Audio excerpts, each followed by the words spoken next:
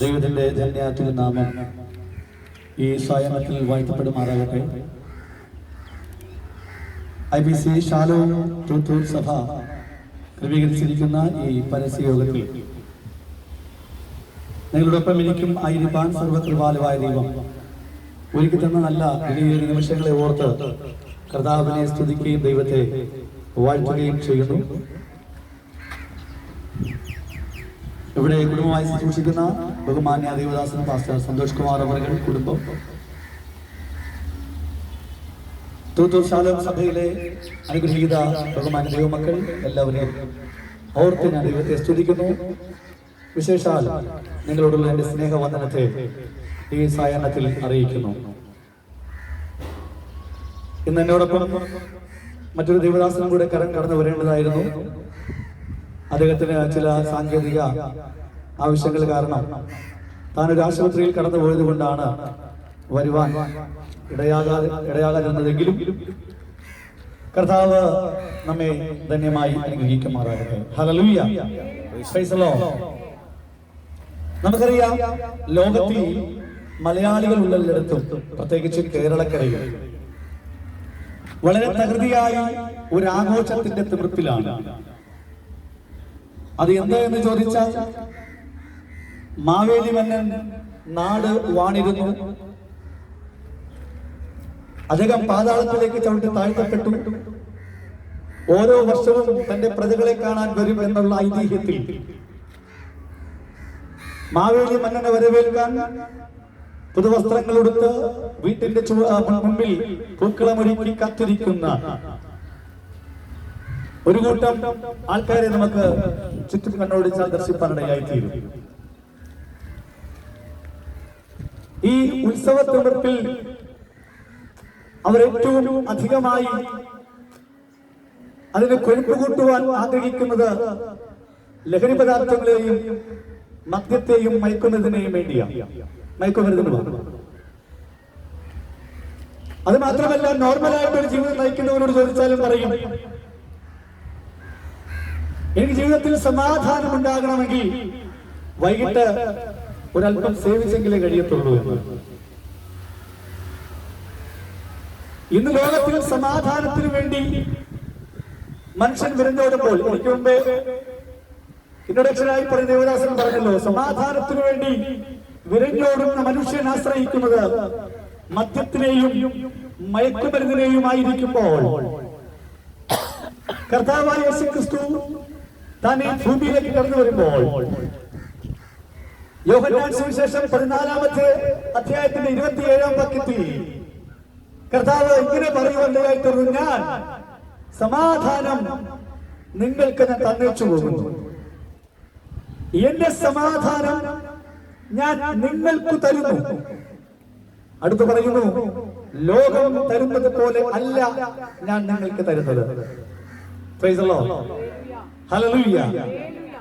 4-5 വർഷങ്ങൾക്ക് മുമ്പ് കൊറോണ വന്നപ്പോൾ മനുഷ്യൻ അസമാധാനത്തിന്റെ പടവുകൾ കയറിപ്പോയത് നമുക്ക് കാണുവാനിടയായിത്തീരും. എല്ലാ രാജ്യത്തിലും അസമാധാനം കൊടികുത്തി വാഴുന്ന വേളയിൽ എന്തിനേറെ പറയുന്നു, അടുത്ത സഹോദരങ്ങൾക്ക് കൈകൊടുക്കാൻ കഴിയാതെ, വേണ്ട മാതാപിതാക്കൾ തന്റെ മക്കളെ പോലും എടുത്ത് വാത്സല്യത്തോടെ താലോലിക്കുവാനോ ചുംബിക്കുവാനോ കഴിയാതെ കൊറോണ എന്ന ഭയാനകമായ വിപത്തിനെ പേടിച്ച് മനുഷ്യൻ അസമാധാനത്തിൽ മുന്നോട്ട് പോയി നമുക്ക് എല്ലാവർക്കും അറിയാനിടയായിത്തീരും. അവിടെയും ദൈവവചനത്തിൽ ആശ്രയിച്ച ദൈവവൈതൽ സമാധാനത്തിൽ മുന്നോട്ട് പോയതും നമുക്ക് കാണുവാൻ കഴിയുന്നുണ്ട്. അപ്പൊ യേശു കർത്താവ് പറയുകയാണ്, ലോകം തരുന്നൊരു സമാധാനം തരാനല്ല ഞാൻ വന്നത്. ലോകം തരുന്ന സമാധാനം ഏതെന്ന് ചോദിച്ചാൽ, അതൊരു അരമണിക്കൂർ നീണ്ടു നിൽക്കുന്ന അല്ലെങ്കിൽ 3 മണിക്കൂർ നീണ്ടു നിൽക്കുന്ന സിനിമാ പ്രദർശനത്തിലൂടെ ചെറിയൊരു സമാധാനം തരുവാൻ കഴിഞ്ഞുകൊണ്ടേക്കാം. അല്ലെങ്കിൽ ഒരു കോമഡി സ്കിറ്റ് കാണുമ്പോൾ ഒരു 15-20 മിനിറ്റ് നമ്മുടെ വിഷമങ്ങളൊക്കെ മറന്ന് അതിൽ നോക്കി സന്തോഷിച്ച് ചിരിച്ച് ഉല്ലസിച്ചിട്ട് വീട്ടിലേക്ക് കടന്നു പോകും. എങ്കിലും അസമാധാനം വീട്ടിനകത്തുണ്ട്, അല്ലെങ്കിൽ വ്യക്തിപരമായ ജീവിതത്തിനകത്തുണ്ട്. യുവാക്കളോട് ചോദിച്ചാൽ കൂട്ടുകാരുമൊക്കെ ഇറങ്ങാനോ കളിക്കാനോ പോകുമ്പോൾ ഞങ്ങൾ വളരെ ഹാപ്പിയാണ്. പക്ഷേ വീട്ടിലേക്ക് വരുമ്പോൾ നമുക്ക് സമാധാനമില്ല. പ്രിയമുള്ളവരെ, ലോകം തരുന്ന സമാധാനം ഇതൊക്കെയാണ്. സിനിമ കാണുമ്പോൾ കിട്ടുന്ന സമാധാനം, കൂട്ടുകാരോടൊത്ത് സമയം ചെലവഴിക്കുമ്പോൾ കിട്ടുന്ന സമാധാനം, അല്ലെങ്കിൽ മദ്യശാലകളും മയക്കുമരുന്ന് ശാലകളും മറ്റ് ഭോഗമാർഗങ്ങൾ അന്വേഷിച്ചു പോകുമ്പോൾ കിട്ടുന്ന സമാധാനമാണ് ലോകം തരുന്നത്. പക്ഷേ ലോകം തരുന്ന സമാധാനത്തിന് ഒരു പ്രത്യേകതയുണ്ട്. അത് നിശ്ചിത കാലയളവും നിശ്ചിത സമയങ്ങളുമുണ്ട്. യേശു കർത്താവ് പറഞ്ഞു, ഞാൻ നിങ്ങൾക്ക് തരുന്ന സമാധാനം ലോകം തരുന്നത് പോലെയല്ല. കാരണം ആ സമാധാനം ഒരുവന്റെ ഉള്ളിൽ വീണാൽ അവൻ മരിക്കുന്നത് വരെയും അവൻ ആ സമാധാനത്തിൽ മുന്നോട്ട് പോകുന്നത്. അസമാധാനത്തിനല്ല, കർത്താവ് കൊടുക്കുന്ന ആ സമാധാനത്തിൽ. അത് ഏത് സമാധാനം എന്ന് ചോദിച്ചാൽ നമുക്കറിയാം, കർത്താവ് യേശുക്രിസ്തു ഈ ഭൂമിയിലേക്ക് കടന്നു വന്നതും പാപികളുടെ രക്ഷയ്ക്ക് വേണ്ടി താൻ കാൽവരിയിൽ യാഗമാകും എന്നുള്ളതുമൊക്കെ തനിക്കറിയാം. താൻ പാടുകൾക്ക് വേണ്ടി, അല്ലെങ്കിൽ പാടുകൾ സഹിക്കാനാ വന്നത്, ക്രൂശിക്കപ്പെടാനാ വന്നത്. കർത്താവ് യേശുക്രിസ്തുവിനെ ആരും ക്രൂശിച്ചു കൊന്നതല്ല. നൂറ്റാണ്ടുകൾക്ക് മുമ്പ് പ്രവാചകന്മാരാൽ പറയപ്പെട്ട പ്രവചനസൂക്തം നിറവേറ്റപ്പെട്ടതാണ്. അവൻ അപ്പുകളെ കയറ്റി പറഞ്ഞാൽ പിതാവായ ദൈവത്തിന്റെ മുൻ നിർണയപ്രകാരമാണ് നാം പുത്രനായ ക്രിസ്തുവിനെ കാൽവരി ക്രൂശിൽ യാഗമാക്കുവാൻ ഇടയായി തീർന്നത്. അത് എന്തിന് എന്ന് ചോദിച്ചാൽ നമ്മുടെ പാപത്തിന് പരിഹാരമായി. പാപം ഭൂമിയിലേക്ക് അവൻ കടന്നു വന്നത് മുതൽ മനുഷ്യൻ അസമാധാനത്തിൽ മുന്നോട്ട് പോകാനിടയായി തീർന്നു. ആദ്യ മനുഷ്യനായ ആദാം ഹവ്വ ദമ്പതിമാരിലൂടെ നിയമം ലംഘിക്കപ്പെട്ടപ്പോൾ ഭൂമിയിലേക്ക് അവൻ കുടിയേറി വന്നത് അവൻ അസമാധാനമാണ്. അതുകൊണ്ടാണല്ലോ ദൈവത്തെ ഭയന്ന് ദൈവത്തെ ഫേസ് ചെയ്യാൻ പറ്റാതെ അത്തിയില കൂട്ടിത്തുന്നി അരയാളം ഉണ്ടാക്കി പോയി ഒളിച്ചിരുന്നത്. ഹൃദയത്തിനകത്ത് ദൈവം കൊടുത്ത സമാധാനം നഷ്ടപ്പെട്ടു. കൽപ്പന ലംഘിച്ചത് മുതൽ സമാധാനം നഷ്ടപ്പെട്ടപ്പോൾ അവൻ ഒളിക്കുവാൻ എന്ത് ചെയ്യുന്നു തുടങ്ങി. ഒളിക്കുവാൻ അവൻ ബന്ധപ്പെട്ടു തുടങ്ങി. പ്രിയമുള്ളവരെ, പലപ്പോഴും നാം ഇങ്ങനെ പല വിഷയങ്ങളിൽ നമ്മൾ ഒളിക്കുന്നു. എന്തിനെയൊക്കെയോ നാം പേടിക്കുന്നു, ഏതിനെയൊക്കെയോ പേടിക്കുന്നു. കാരണം എന്തെന്ന് ചോദിച്ചാൽ ഹൃദയത്തിനകത്ത് ലംഘനം മൂലമുണ്ടായ അസമാധാനം, ലംഘനം മൂലമുണ്ടായ ഭയം നമ്മെ എന്താ പറയാ നമ്മെ അധികരിച്ചു കൊണ്ടിരിക്കുമ്പോൾ നാം സമാധാനം നഷ്ടപ്പെടുവാനിടയായിത്തീരും. ഞാൻ പറയട്ടെ, യേശു ഈ ഭൂമിയിലേക്ക് വന്നത് കാൽവരി ക്രൂശിൽ യാഗമാകുവാൻ വേണ്ടി തന്നെയാണ്. യേശുവിനെ ആരും ക്രൂശ് കൊന്നതല്ല. പക്ഷേ യേശു ഭൂമിയിൽ വന്നിട്ട് തന്റെ അവസാനത്തുള്ളി രക്തം വരെയും ഭൂമിയിൽ ഊറ്റി നൽകുന്നത് വരെ താൻ ജീവിച്ച ഒരു സമാധാന പ്രക്രിയയുണ്ട്. അത് നമുക്ക് പകരുവാനാണ് കർത്താവ് ഒന്നിച്ചു പോയത്. താൻ ക്രൂശിക്കപ്പെടാനാണ് അവൻ താൻ ആയിരിക്കുന്നത് എന്ന് അറിയുമ്പോൾ പോലും തന്റെ ഹൃദയത്തിനകത്ത് താൻ നിർഭയമായി താൻ മുന്നോട്ട് പോകുവാനായി തീർന്നു. ഓരോ ശുശ്രൂഷകളിലും കർത്താവിന്റെ ഓരോ പ്രവർത്തനങ്ങളിലും താൻ ഭയം കൂടാതെ നിർഭയനായി താൻ മുന്നോട്ട് പോയി. അപ്പൊ ഈ സമാധാനമാണ് ദൈവം നമുക്ക് തരുവാൻ ആഗ്രഹിച്ചത്. എന്ന് പറഞ്ഞാൽ ലോകത്തിൽ നിങ്ങൾക്ക് കഷ്ടമുണ്ട് എങ്കിലും ധൈര്യപ്പെടുവിൻ, ഞാൻ ലോകത്തെ ജയിച്ചിരിക്കുന്നു. അപ്പൊ ലോകത്ത് കഷ്ടമുണ്ട്. നാം ഭൂമിയിൽ ജീവിക്കുന്ന അത്രയും നാൾ നമ്മുടെ ശരീരം മണ്ണുകൊണ്ടുള്ളതായതുകൊണ്ടും നാം ജലത്തിൽ വസിക്കുന്നത് കൊണ്ടും നമുക്ക് എന്തുണ്ട്? കഷ്ടവുമുണ്ട്, ദുഃഖവും പ്രയാസവുമുണ്ട്. പക്ഷേ ദൈവമക്കളോട് ചോദിച്ചാൽ അവർ പറയും, ഈ കഷ്ടത്തിലും ഈ ദുഃഖത്തിലും ഈ പ്രയാസത്തിലും ഈ കടഭാരത്തിലും ഈ രോഗത്തിലും ഞാൻ കയറെടുക്കുന്നില്ല, ഞാൻ ആത്മഹത്യ ചെയ്യുന്നില്ല, ഞാൻ ഒരു കുട്ടി വിഷമന്വേഷിച്ച് നടക്കുന്നില്ല. കാരണം എന്റെ അരുമനാഥൻ എന്റെ ഹൃദയത്തിന്റെ അകത്തു വന്ന സമാധാനം എന്നെ ദിനംതോറും വഴി നടത്തുന്നുണ്ട്. ഈ സമാധാനമാണ് പ്രിയമുള്ളവരെ നമുക്ക് വേണ്ടത്. ഈ സമാധാനത്തിലാണ് ഈ ഈ ദേശനിവാസികൾ ആയിരിക്കണമെന്ന് ഇവിടെ കൂടിയിരിക്കുന്ന ഓരോരുത്തരും ആഗ്രഹിക്കുന്നത്. ഇവിടെ ഈ കൂടിയിരിക്കുന്നവരുടെ മൈക്ക് കൊടുത്താൽ അവർ പറയും, ഒത്തിരി അസമാധാനത്തിന്റെ രാത്രികൾ, ഉറങ്ങുവാൻ കഴിയാതെ കണ്ണുനീർ വാരി വാരി കുടിച്ച അനുഭവങ്ങളെ ഓർക്കുവാൻ അതിനെപ്പറ്റി പറയുവാൻ അവർക്കുണ്ടാകും. പക്ഷെ എന്തിന് ഈ പകലും ഇത്ര സമാധാനത്തോടെ ഇരിക്കുന്നു എന്ന് ചോദിച്ചാൽ അതിന്റെ പ്രധാന കാരണം അവൻ ഉടയവൻ ഉള്ളത്തിൽ വന്നതുകൊണ്ട് മാത്രമാണ്. അങ്ങനെയെങ്കിൽ ഞങ്ങളെ ശബ്ദം കേൾക്കുന്ന പ്രിയപ്പെട്ടവരോട് ഒരു കാര്യം പറയട്ടെ. സമാധാനത്തിന് വേണ്ടി നീ കണ്ടെത്തുന്ന വഴികളിൽ നിന്നെ നാളെ മാരകമായ രോഗത്തിന് അടിമയാക്കുമ്പോൾ കർത്താവ് നൽകുന്ന ദിവ്യ സമാധാനത്തിലേക്ക് വരുവാൻ ഞങ്ങൾ സ്നേഹപൂർവ്വം നിങ്ങളെ ആഹ്വാനം ചെയ്യുന്നു. മദ്യത്തിന്റെ കുപ്പിയെടുത്ത് പരിശോധിച്ചാൽ അതിന്റെ പുറത്ത് എഴുതിയിരിക്കുന്നു, മദ്യപാനം ആരോഗ്യത്തിന് ഹാനികരം. മുൻപ് ചെറിയ ചെറിയ അക്ഷരങ്ങൾ എഴുതിയപ്പോൾ അല്പം കൂടെ വലിയ അക്ഷരത്തിൽ എഴുതിയിട്ടുണ്ട്. എങ്കിലും ഹാനികരമാണെന്ന ലേബൽ വായിച്ചിട്ട് അത് വാങ്ങിക്കുടിച്ച് സമാധാനത്തിന് വേണ്ടി ആവശ്യം മുന്നോട്ട് പോകുമ്പോൾ ഒരു കാര്യം ഓർക്കണമേ, അത് ഹാനികരമെന്നൊരു പദപതിനകത്ത് എഴുതിയിട്ടുണ്ട്. അർത്ഥാൽ ഇത് നീ സേവിക്കുന്നത് വഴി നീ സമാധാനത്തിലേക്കല്ല പോകുന്നത്, മറിച്ച് അസമാധാനത്തിലേക്കാണ്.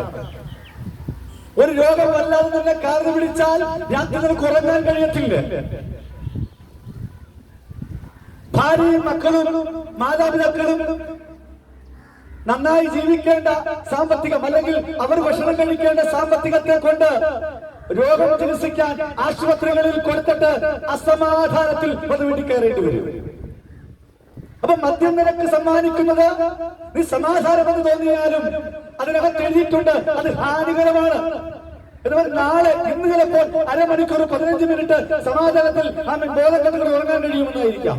പക്ഷേ അത് നിന്നെ നയിക്കുന്നത് നിത്യമായ അസമാധാനത്തിലേക്കും നിത്യമായ സാമ്പത്തിക പ്രതിസന്ധിയിലേക്കുമാണെന്ന് ഈ പദവി എന്നെ കേൾക്കുന്ന പ്രിയമുള്ളവരെ നിങ്ങൾ മനസ്സിലാക്കിയിരിക്കണം. പുകവലിക്കുന്ന സഹോദരന്മാരോട് ചോദിച്ചാൽ അവരും പറയും, അവർ വാങ്ങുന്ന സിഗരറ്റ് പാക്കറ്റിന്റെ പുറത്ത് ക്യാൻസർ ബാധിച്ച വ്യക്തിയുടെ അവയവത്തിന്റെ പടം അവിടെ വെച്ചിട്ടുണ്ട്. അതുപോലെ തന്നെ ലഹരി പദാർത്ഥങ്ങളായ മാരക എന്താ പറയാ ശംഭു പാൻപരാഗ് പോലുള്ള സാധനങ്ങൾ മേടിക്കുമ്പോൾ അതിന്റെ പുറത്തെ കവറിലും ഈ ക്യാൻസർ ബാധിച്ച വ്യക്തികളുടെ അവയവത്തിന്റെ പടം വെച്ചിട്ടുണ്ട്. ഇത് കണ്ടിട്ടും വാങ്ങി കഴിക്കുന്നവരുടെ മാനസികാവസ്ഥയെ നമുക്ക് എന്ത് പറഞ്ഞു വിളിക്കാൻ കഴിയും? ഓർക്കുക, ലോകം തരുന്ന സമാധാനത്തിന് ഞാൻ പറഞ്ഞല്ലോ 5-10 മിനിറ്റ് മാത്രമേ സമയമുള്ളൂ.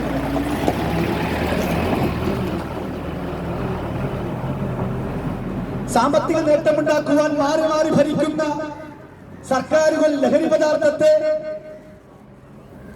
അതൊരു വാണിജ്യ മാർഗമായി ഉപയോഗിക്കുമ്പോൾ ഓർക്കുക, അവർക്ക് ലക്ഷ്യം സാമ്പത്തികം മാത്രമാണ്. അത് വാങ്ങി ഉപയോഗിക്കുന്ന മനുഷ്യന്റെ ആരോഗ്യത്തിനെയോ അവന്റെ സാമ്പത്തികത്തെ ഓർത്തോ അവന്റെ മാനസിക നിലവാരത്തെ ഓർത്ത് ഒന്നും ഒരു വ്യാകുലതയും മാറി മാറി വരുന്ന സർക്കാരുകൾക്കോ മാറി മാറി വരിക്കുന്ന ഭരണകൂടങ്ങൾക്കോ ഇല്ല എന്നുള്ള വസ്തുത ഈ രാത്രി നമ്മൾ മനസ്സിലാക്കിയിരിക്കണം. കാരണം അവർക്ക് ലാഭമുണ്ടാക്കുവാൻ നേട്ടമുണ്ടാക്കുവാൻ ഈ സാധനം വാങ്ങി ഈ സാധനം വിൽക്കുവാൻ അനുവാദം കൊടുക്കുന്നു. അത് വിൽക്കുന്നു, വാങ്ങി ഉപയോഗിക്കുന്നവർ കൊടുക്കുന്ന സാമ്പത്തികം ടാക്സ് ആയിട്ട് അവിടെ പെട്ടിയിൽ വീഴുന്നു, ഖജനാവ് വർദ്ധിക്കുന്നു എന്നുള്ളതല്ലാതെ അത് വാങ്ങിക്കഴിക്കുന്ന മനുഷ്യന്റെ ആരോഗ്യത്തിന് വേണ്ടി അവരൊന്നും കരുതുന്നില്ല.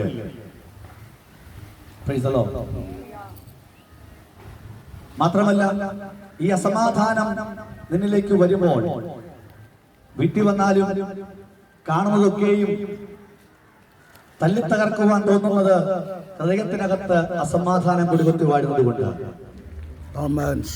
സ്നേഹത്തോടൊന്ന് മക്കളോട് സംസാരിക്കുവാനോ സ്നേഹത്തോട് കുടുംബത്തിലുള്ളവരോട് ഇടപെടുവാനോ കഴിയാതെ ഹൃദയം വല്ലാതെ ആമേൻ അസമാധാനത്തിൽ മുന്നോട്ട് പോകുന്നുണ്ടെങ്കിൽ ഓർത്തോണം, അതിന് പ്രധാന കാരണം എന്ന് ചോദിച്ചാൽ ആമേൻ അല്പം മുമ്പ് ആമേൻ ഒരു എന്താ പറയാ ഒരു സന്തോഷത്തിന് വേണ്ടി മീൻസ് ഒരു കൂട്ടുകാരോടൊന്ന് ഉല്ലസിക്കാൻ സല്ലപിക്കാൻ വേണ്ടി സമയം ചെലവഴിക്കാൻ വേണ്ടി ആമേൻ നീ എന്താ പറയാ നീ ആഗ്രഹിച്ച ലഹരി പദാർത്ഥങ്ങളാണ് നിന്റെ അസമാധാനത്തിലേക്ക് നയിപ്പാനിടയാക്കുന്നത്. എനിക്കറിയാം, ഞങ്ങളുടെ ഏരിയയിൽ ഒരു ചേട്ടനുണ്ട്. വഴികൾ അവന്റെ നിത്യമായ അസമാധാനത്തിലേക്ക് അവന്റെ കുടുംബത്തെ വലിച്ചു കൊണ്ടുപോകുമ്പോൾ, എന്നെ കേൾക്കുന്ന പ്രിയ സഹോദര സഹോദരി, കർത്താവ് യേശുക്രിസ്തു പറഞ്ഞ സമാധാനം ഇതാണ്. ഏതാ?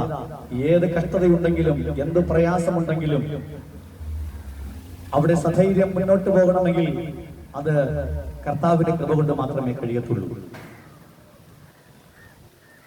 അത് ക്രിസ്തീയ ജീവിതം ചെയ്തെടുക്കുന്ന ഓരോ വ്യക്തിയോട് ചോദിച്ചാലും അവർ പറയും, അത് യേശു നൽകിയ സമാധാനമായതുകൊണ്ട് പ്രയാസത്തിന്റെയും ദുഃഖത്തിന്റെയും നടുവിൽ നിങ്ങൾ ജയത്തോടെ മുന്നോട്ട് പോകുന്നു.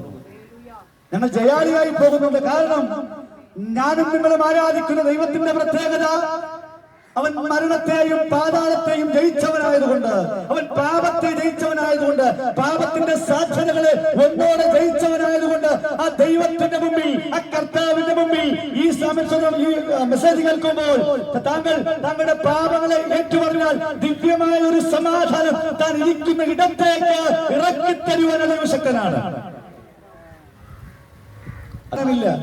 എന്റെ കുടുംബത്തിനകത്ത് സമാധാനമില്ല, എന്റെ ഒത്തിരി തെറ്റായ പ്രവണതകൾ കൊണ്ട് എന്റെ കുടുംബം വല്ലാതെ അകപ്പതിച്ചിരിക്കുന്നു, ദൈവമേ എന്നോടൊന്ന് ക്ഷമിക്കണമേ എന്ന് പറയുവാൻ കഴിയുന്നുണ്ടെങ്കിൽ നിശ്ചയമായും ആ ദൈവിക സമാധാനം താങ്കളിലേക്ക് ഇറങ്ങി വരുവാനിടയായിത്തീരും.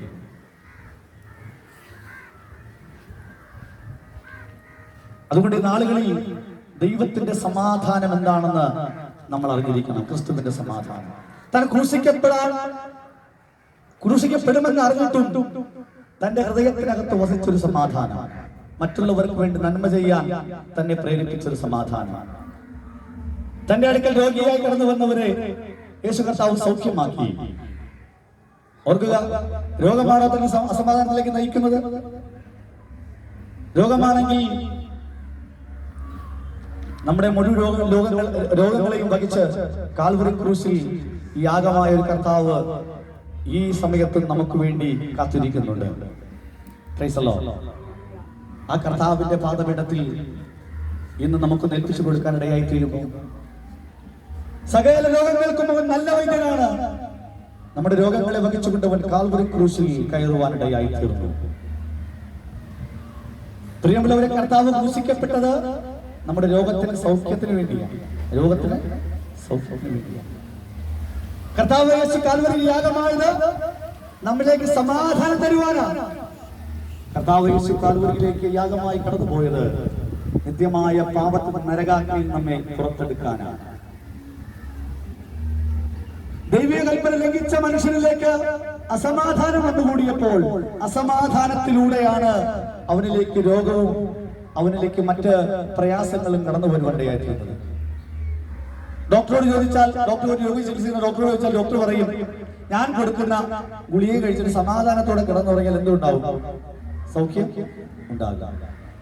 അപ്പൊ ഓർക്കുക, ഹൃദയത്തിനകത്ത് സമാധാനമുണ്ടെങ്കിൽ ഒരു പരിധിവരെ നമ്മുടെ ശരീരത്തിൽ ഉണ്ടായിരിക്കുന്ന രോഗത്തിന്റെ അണുക്കൾ അത് നിർജീവമാകുവാനിടയായി തീരും. അപ്പോൾ ഒത്തിരി വർഷം കൊണ്ട് അസമാധാനത്തിലാണ് മുന്നോട്ട് പോകുന്നതെങ്കിൽ ഒരിക്കലും രോഗത്തിന് ശമനമുണ്ടാകില്ല. രോഗത്തിന് ശമനമുണ്ടാകണമെങ്കിൽ ആദ്യം ഹൃദയത്തിനകത്ത് സമാധാനമുണ്ടാകണം. ഹൃദയത്തിനകത്ത് സമാധാനമുണ്ടാകണമെങ്കിൽ അത് ലോകത്തിൽ ആ സമാധാനം തരുവാൻ ഒരുവനെ കഴിഞ്ഞിട്ടുള്ളൂ. അത് ഈ രാത്രി, ഈ സായാഹ്നത്തിൽ ഇവിടെ നമ്മൾ ഉയർത്തുന്ന കർത്താവായ യേശുക്രിസ്തുവിനെ മാത്രമേ അത് കഴിഞ്ഞിട്ടുള്ളൂ. അതുകൊണ്ട് ആ ക്രിസ്തുവിലേക്ക് വരുവാനാണ് ഓരോ വ്യക്തികളെയും ഞങ്ങൾ ഈ പ്രസംഗത്തിലൂടെ ആഹ്വാനം ചെയ്യുന്നത്. അങ്ങനെയെങ്കിൽ പ്രിയമുള്ളവരെ, നിങ്ങളുടെ ജീവിതം ഫലവത്തായി മാറുവാനിടയായിത്തീരും. നിങ്ങളുടെ ജീവിതത്തിന് അർത്ഥമുണ്ടാകുവാനിടയായിത്തീരും. നിങ്ങളുടെ ജീവിതത്തിനകത്ത് കൈവിട്ടുപോയ സന്തോഷം തിരികെ വരുവാനിടയായിത്തീരും. കർത്താവ് യേശുക്രിസ്തുവിന് ഹൃദയം കൊടുക്കുന്നുണ്ടെങ്കിൽ, നേരത്തെ അഭിഷിക്ത കർത്താവസൻ പറഞ്ഞല്ലോ, നമ്മുടെ ഭാരവും പാപവും എല്ലാം കർത്താവിലേക്ക് ഇട്ടുകൊള്ളുക. അവൻ നിന്നെ പുലർത്തും. വചനം പറയും, നീതിമാൻ കുലുങ്ങിപ്പോകുവാൻ അവൻ ഒരു നാളും സമ്മതിക്കുകയില്ല.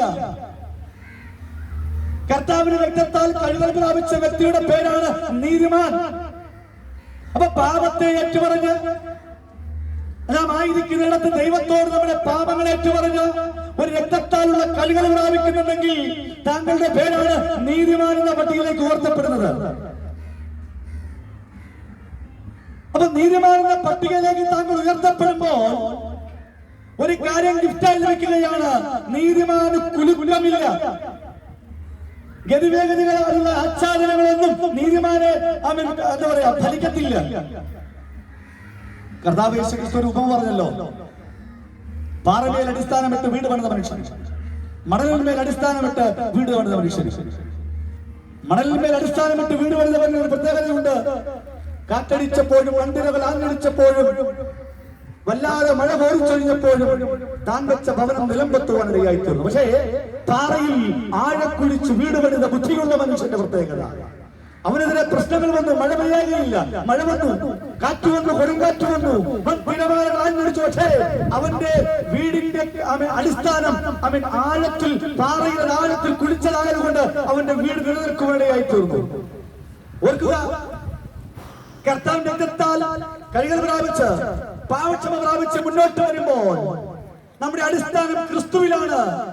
അങ്ങനെ ഒരു കാര്യം മനസ്സിലാക്കണം, ക്രിസ്തുവിന് ആച്ഛാദനമില്ലെങ്കിൽ ക്രിസ്തുവിനായിരിക്കുന്ന ഒരു വ്യക്തിക്കും ഗതിവിഗതികളായുള്ള ആച്ഛാദനം സംഭവിക്കാൻ വഴിയില്ല. എന്ന് പറഞ്ഞാൽ പാപം പിന്നെ എന്ത് ചെയ്യത്തില്ല, രോഗം പിന്നെ മുക്കിക്കളയത്തില്ല, സാമ്പത്തിക കടഭാരം നമുക്ക് കളയത്തില്ല, കുത്തുവാക്കുകൾ നമുക്ക് കളയത്തില്ല, പ്രശ്നസങ്കീർണമായ വഴികൾ ഒരിക്കലും നിന്നെ കവിഞ്ഞ് മുന്നോട്ട് പോകുകയില്ല. കാരണം നീ നിൽക്കുന്നത് പാറയിലായതുകൊണ്ട്, പാറയിൽ അടിസ്ഥാനപ്പെട്ടതായതുകൊണ്ട്, പാറ വീഴാതിരിക്കുന്നിടത്തോളം കാലം അതിൽ നിൽക്കുന്ന വ്യക്തിക്ക് എന്തുണ്ട്, അടിസ്ഥാനമുണ്ട്.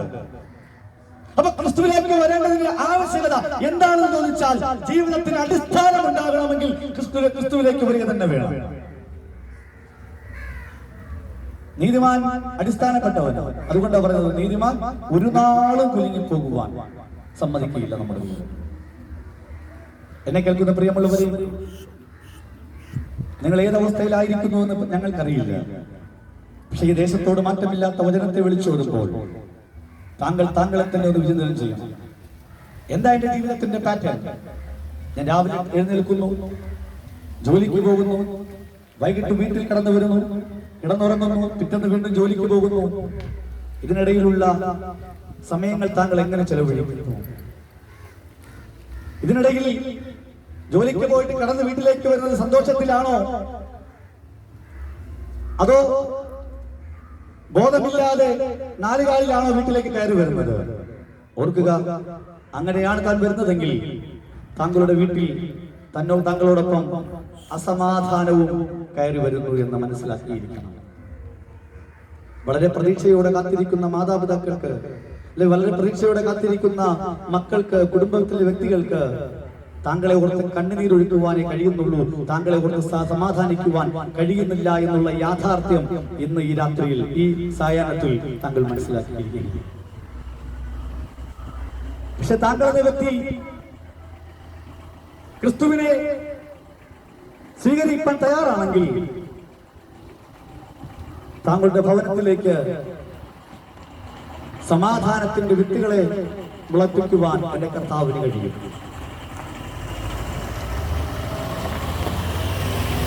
താങ്കളുടെ പ്രദേശത്തെ ഭവനത്തിലേക്ക് കടന്നു വരുമ്പോൾ താങ്കളുടെ മക്കൾക്ക്, താങ്കളുടെ കുടുംബാംഗങ്ങൾക്ക് എന്തെന്നില്ലാത്ത സന്തോഷവും സമാധാനവും അവരിലേക്കും വ്യാപരിക്കപ്പെട്ടു. Praise the lord, praise the Lord.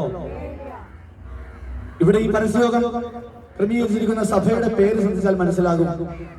IPC Thoothoor ശാലോ, അല്ലേ? ശാലോ. എന്താ ശാലോ? സമാധാനം. സമാധാനം. അവൻ അത്ഭുതം എന്ന വീരനാം ദൈവം, നിത്യപിതാവ്, സമാധാനത്തിന്റെ പ്രഭുവിനെ കുറിച്ച് ഘോഷിക്കാനാണ് ഈ രാത്രിയിലായിരിക്കുന്നത്. ഏതെങ്കിലും വിഷയത്തിൽ താങ്കൾ ഭാരപ്പെട്ടിരിക്കുകയാണോ? നിശ്ചയമായും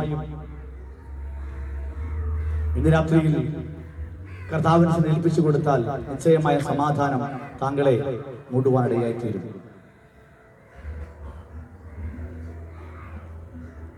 എന്തിനാണ് ഈ സഭയ്ക്ക് സമാധാനം എന്ന് പേരിട്ടതെന്ന് ചോദിച്ചാൽ, ബഹുമാന്യ ദേവദാസൻ പറയും, ഞങ്ങളുടെ സഭയ്ക്കകത്ത് വരുന്നവർക്കെല്ലാം ഹൃദയത്തിനകത്ത് സമാധാനമുണ്ട്. ഒത്തിരി അസമാധാനത്തിൽ കടന്നവരാ, അവർ കഴിഞ്ഞവരാ. പക്ഷേ പ്രാർത്ഥനയ്ക്ക് വന്നതിന് ശേഷം, കൂട്ടായ്മകൾക്ക് പങ്കെടുത്തതിന് ശേഷം എല്ലാവരുടെ ഉള്ളിലും സമാധാനമുണ്ട്. ഏതൊക്കെ നിലവാരത്തിൽ മുന്നോട്ട് പോയാലും അവർ പേടിക്കുന്നില്ല. കാരണം അത് ഞാൻ കൊടുത്ത സമാധാനമല്ല, അത് സാക്ഷാൽ ഉദയവൻ കൊടുത്ത സമാധാനമാണ്. അങ്ങനെയെങ്കിൽ ആ സമാധാനത്തിന്റെ വക്താവ് ഇന്ന് ഈ സമയം താങ്കളുടെ ഹൃദയത്തിന്റെ വാതിൽക്കൽ നിന്ന് മുട്ടുന്നു. വചനം ഇങ്ങനെയാണ് പറയുന്നത്, ഞാൻ ഹൃദയത്തിന്റെ വാതിൽക്കൽ, ഞാൻ വാതിൽക്കൽ നിന്ന് മുട്ടുന്നു. ആരെങ്കിലും എന്റെ ശബ്ദം കേട്ട് വാതിൽ തുറന്നു, ഞാൻ അകത്ത് ചെന്ന് അവനോടും അവൻ എന്നോടും കൂടെ അത്താഴം കഴിക്കും. ഈ രാത്രിയിൽ താങ്കൾ കർത്താവിന് ഹൃദയം കൊടുത്തിട്ടില്ലായിരിക്കാം. ഈ വചനം കേൾക്കുന്നവരെയും കർത്താവിനെ ചിലപ്പോൾ അറിഞ്ഞിട്ടില്ലായിരിക്കാം. കർത്താവിന്റെ പ്രവൃത്തികളെ കുറിച്ച് ചിലപ്പോൾ അറിവുള്ള വ്യക്തിയായിരിക്കില്ല. പക്ഷേ ഇന്ന് രാത്രിയിൽ ഒന്ന് ഏൽപ്പിച്ചു കൊടുക്കാമോ? ആയിരിക്കുന്നിടത്തുനിന്ന് പറയാൻ കഴിയുമോ, കർത്താവേ, ഒത്തിരി അസമാധാനം എന്റെ ഹൃദയത്തിനകത്തുണ്ട്.